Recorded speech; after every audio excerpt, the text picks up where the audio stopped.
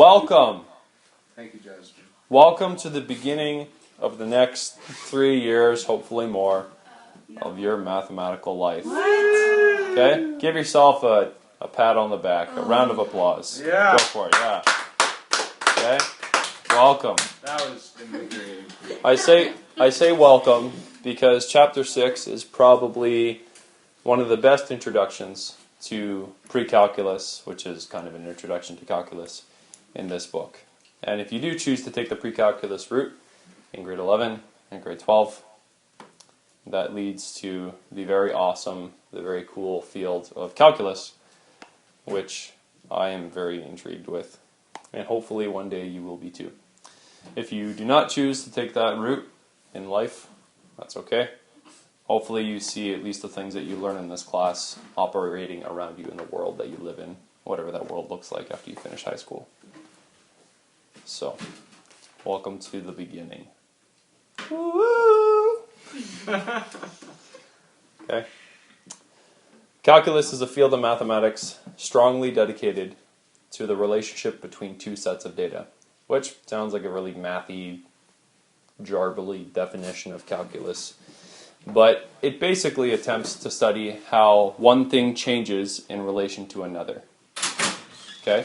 So for example, if I'm driving a car and I make that car faster or go faster, how does that affect the amount of distance that I cover over a given time period?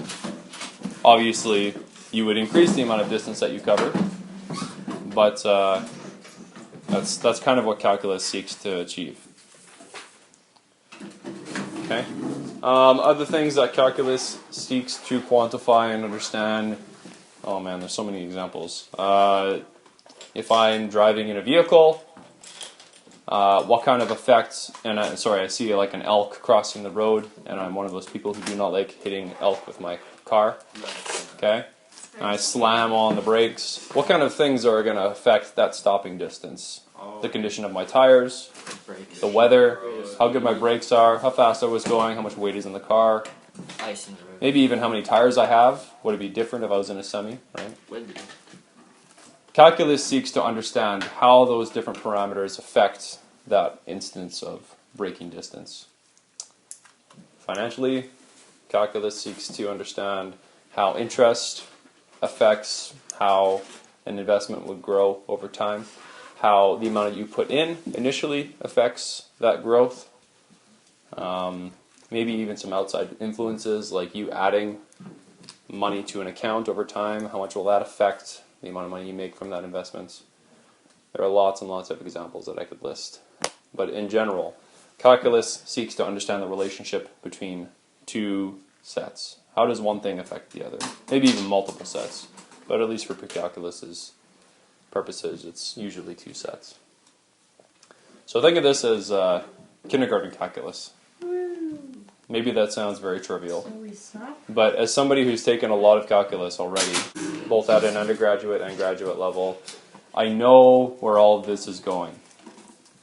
And I know what you need to know in order to succeed in that field.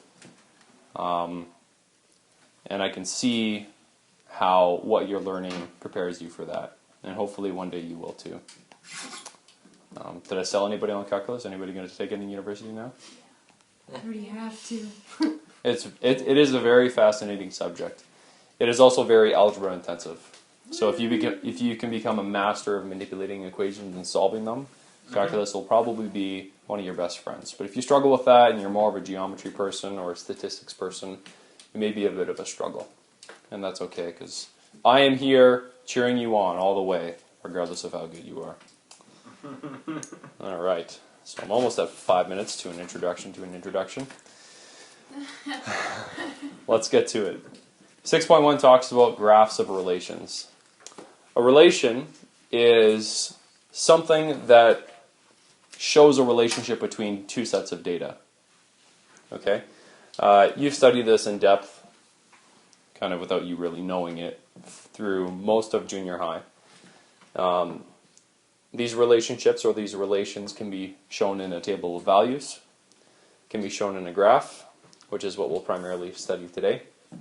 Equations, which is what Chapter 7 is more dedicated to, a set of ordered pairs, which are just based off of tables of values. Even a sentence or a paragraph with enough detail can express a relationship between two sets of data. Okay? This chapter is devoted to studying different ways of expressing a relation. And more specifically, it analyzes a special class of relations known as functions. That's a very important word, which you'll learn more about later.